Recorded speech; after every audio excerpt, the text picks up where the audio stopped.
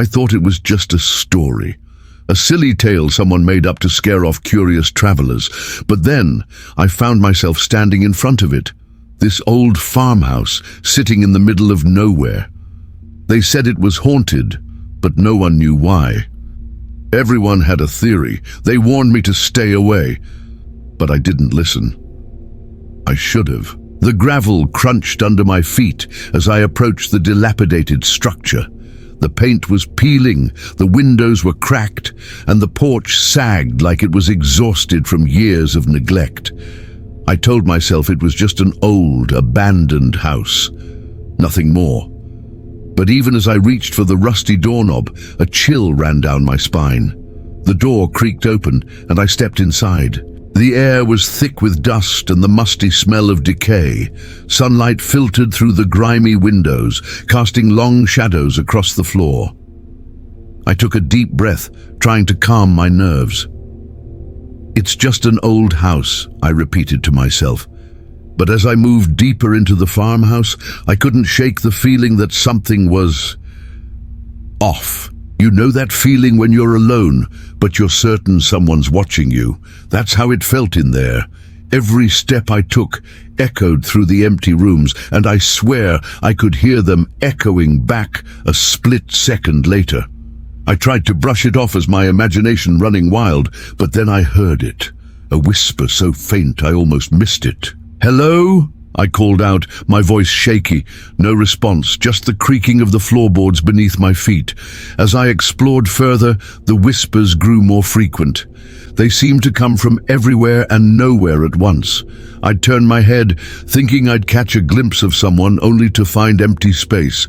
But in the corner of my eye, I kept seeing something. Shadows that moved when they shouldn't, figures that disappeared the moment I tried to focus on them. The lights flickered, even though I hadn't seen any sign of electricity in the house. I pulled out my flashlight, its beam cutting through the gloom. That's when I saw it, a door slightly ajar, leading to what I assumed was the attic. My heart was pounding as I climbed the narrow stairs. The attic was cluttered with old furniture and boxes, all covered in a thick layer of dust. But there, on a small table by the window, was a leather-bound book that looked strangely clean compared to everything else. With trembling hands, I picked up the journal and opened it. The pages were filled with cramped, frantic writing. As I read, my blood ran cold. This wasn't just some old farmhouse. It had been home to a cult, a group dedicated to dark, unspeakable rituals. The journal spoke of sacrifices, of summoning ancient entities. But what terrified me most was the mention of a curse that bound the cultists to the house for eternity. The writer claimed that the curse lived on, even after the cult was long gone. It waited for new victims, new souls to trap within its walls. I wanted to drop the book and run, but something compelled me to keep reading. The final pages described a ritual, a way to break the curse and escape. But the warning that followed made my heart skip a beat. Beware, for in attempting to break the curse, you may become part of it. I stood there, frozen, as the gravity of my situation sank in. The whispers had grown louder, more insistent. The shadows seemed to be closing in. I knew I had a choice to make, try to leave and risk being trapped forever, or attempt the ritual and potentially damn myself in the process. With shaking hands, I began to gather the items needed for the ritual.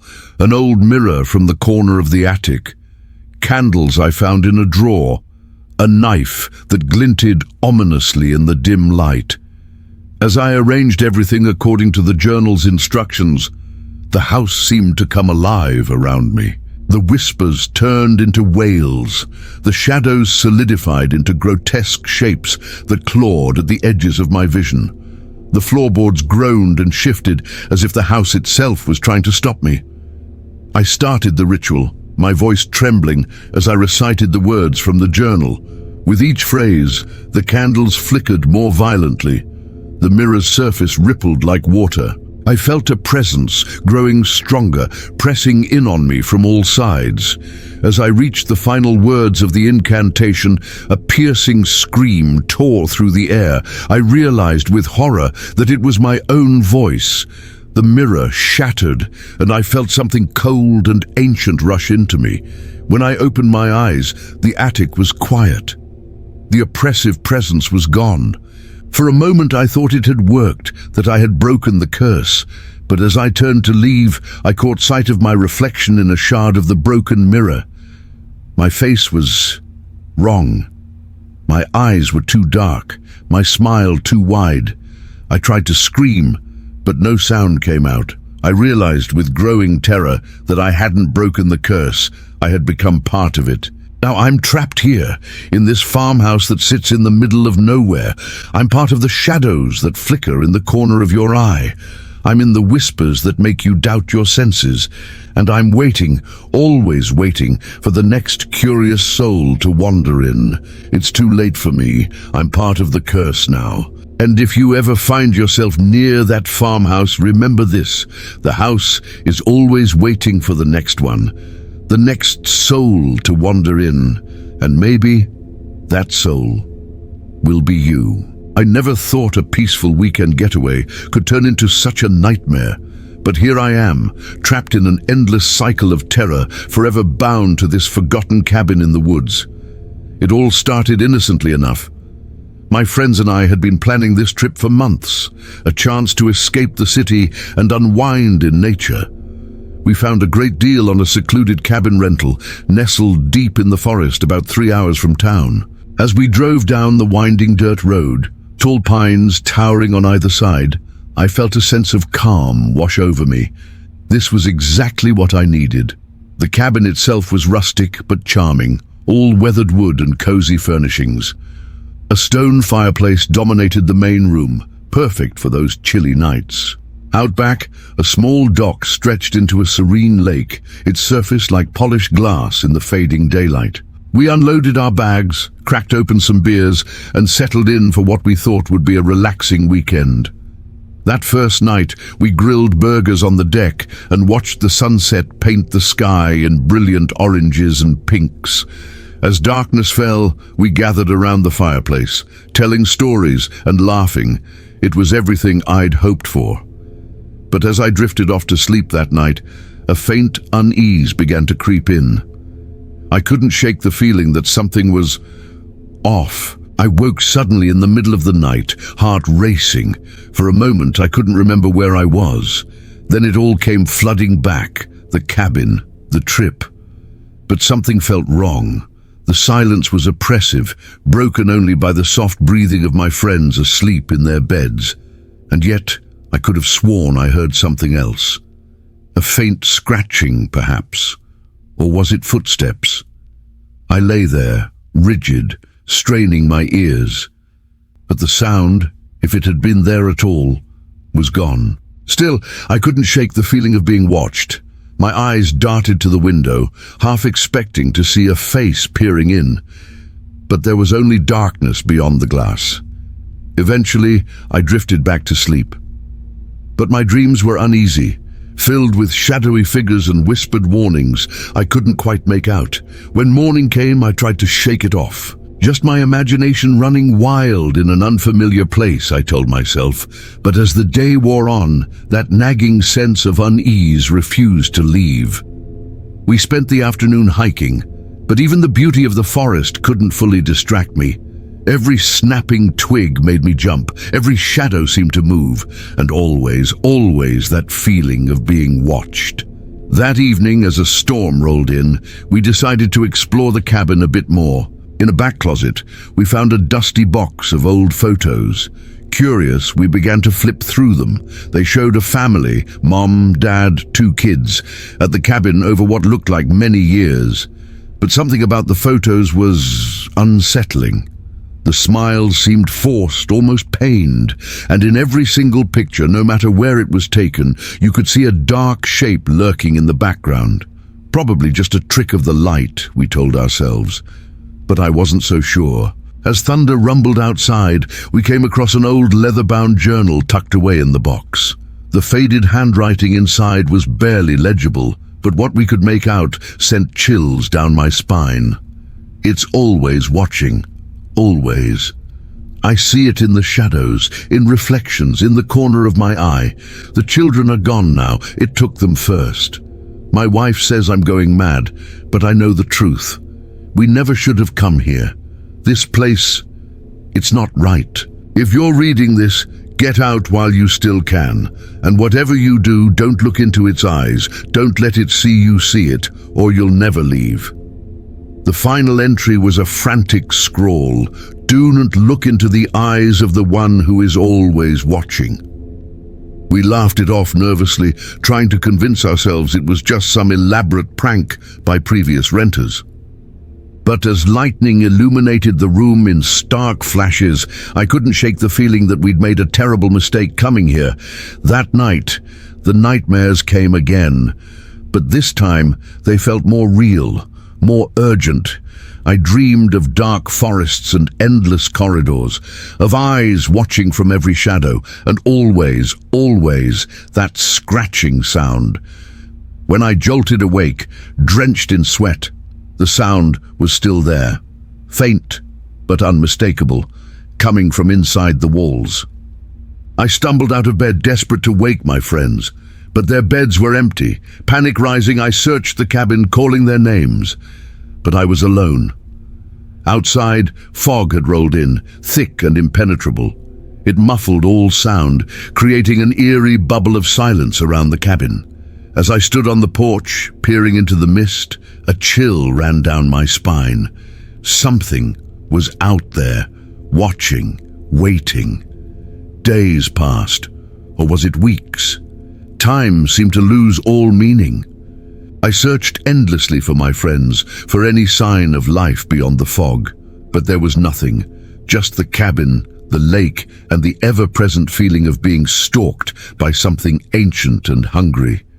I pored over that journal, desperate for answers. The more I read, the more I understood. This wasn't a ghost story. This was something far worse. The cabin was a trap, designed to lure in unsuspecting souls. And whatever lurked here, it fed on fear and isolation, slowly driving its victims mad before claiming them forever. As my grip on reality began to slip, I started seeing things. Shadows that moved on their own, reflections that weren't quite right, and always, always, that scratching sound, getting closer. I knew then that I had to leave, had to escape before it was too late. But every time I tried to leave the cabin, I found myself right back where I started. The forest paths looped endlessly. The road out always led back to the beginning. In my desperation, I turned back to those old photos, and that's when I saw it. In the background of one faded picture, barely visible, was me. My blood ran cold as I flipped through the rest.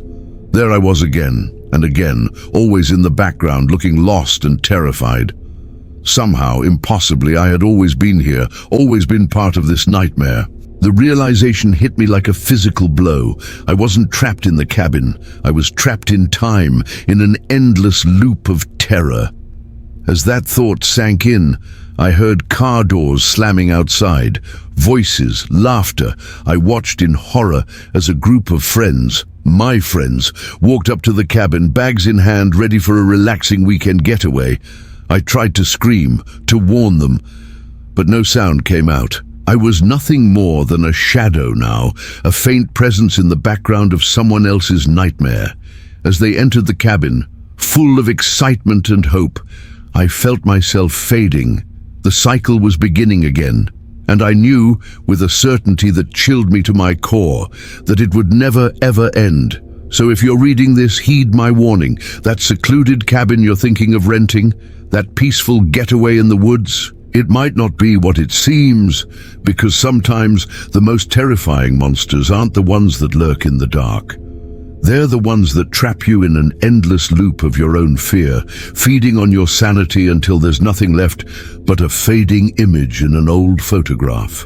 And remember, don't look into the eyes of the one who is always watching, or you might find yourself here with me, forever lost in the forgotten cabin in the woods. I thought this move would be my salvation, a chance to start anew and leave the shadows of my past behind. But as I stand here in this quiet apartment, I can't shake the feeling that something's off. The silence is deafening, almost oppressive. I try to convince myself it's just nerves, that this unfamiliar space will soon feel like home. But there's a nagging sensation in the pit of my stomach, a whisper of unease that I can't quite silence. The first few days pass in a blur of unpacking and settling in. I'm determined to make this work, to find the peace I've been searching for. But then, little things start to catch my attention.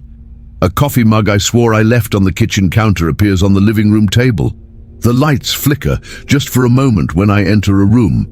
I tell myself it's nothing, just an old building settling, or my mind playing tricks on me. But the doubt lingers, a persistent itch I can't scratch. As the days turn into weeks, the occurrences become harder to ignore. I hear whispers, soft and indistinct, coming from the vents when I'm alone in the apartment. A chill runs down my spine as I walk through a room that was warm just moments ago. I find myself constantly looking over my shoulder, expecting to see something. But there's never anything there, just empty space and my growing paranoia. I try to rationalize it all away. Maybe it's stress from the move, or my imagination running wild in a new environment. But the feeling of being watched intensifies. It's there when I'm cooking dinner, when I'm watching TV, even when I'm trying to sleep. I can feel eyes on me, boring into the back of my skull. I spin around, heart racing, but there's never anyone there. Just the oppressive silence and my own ragged breathing. The presence follows me outside now. As I walk down the street, I can sense it just behind me, always a step away. I quicken my pace, but it matches me stride for stride. In stores, I catch glimpses of movement in my peripheral vision, but when I turn to look, there's nothing. I'm starting to feel like I'm losing my mind. Is this real, or am I finally cracking under the weight of my past? Desperate for answers, I start talking to my neighbors, but their responses are oddly evasive.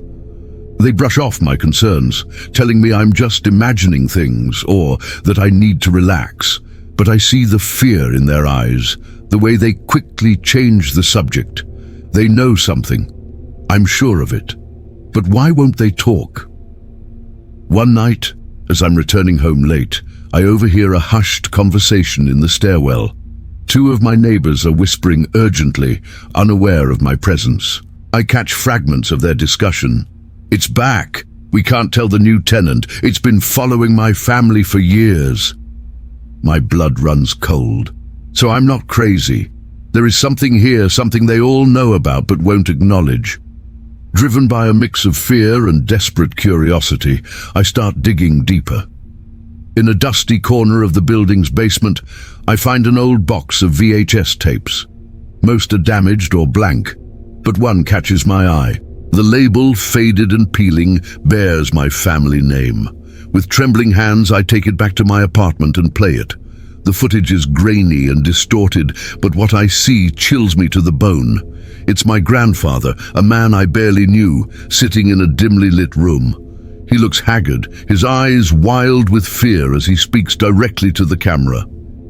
He talks about whispers in the night, a presence that follows him everywhere. The same things I've been experiencing. But then he says something that makes my heart stop. It's not just haunting us, it's hunting us. It's in our blood, a curse passed down through generations. As I watch, my grandfather's words become more frantic. He speaks of an entity, something ancient and malevolent that has latched onto our family line. It feeds on our fear, growing stronger with each passing generation. I realize with growing horror that I'm not just being haunted, I'm being hunted by something that's been stalking my family for decades. The entity's true nature begins to reveal itself. It's not bound by the rules of the physical world. It can manipulate objects, create illusions, even influence the minds of those around it. That's why my neighbors won't talk. It's protecting itself, using their fear to keep its existence secret. And now that I know the truth, I can feel its attention focusing on me with terrifying intensity. I try everything I can think of to break free from this curse. I burn sage, recite protective incantations, even try to leave town. But nothing works. The entity is always there, always one step behind me. I can feel its presence growing stronger, more tangible. The whispers in the vents become clearer, almost forming words. Objects move more dramatically. Doors slam shut on their own. It's no longer hiding its existence from me. It's taunting me, showing me how powerless I am. In desperation, I reach out to a distant relative who I remember my grandfather mentioning in the video. She confirms my worst fears. This entity has been tormenting our family for generations. Some have tried to fight it, others to run from it. But in the end, it always catches up.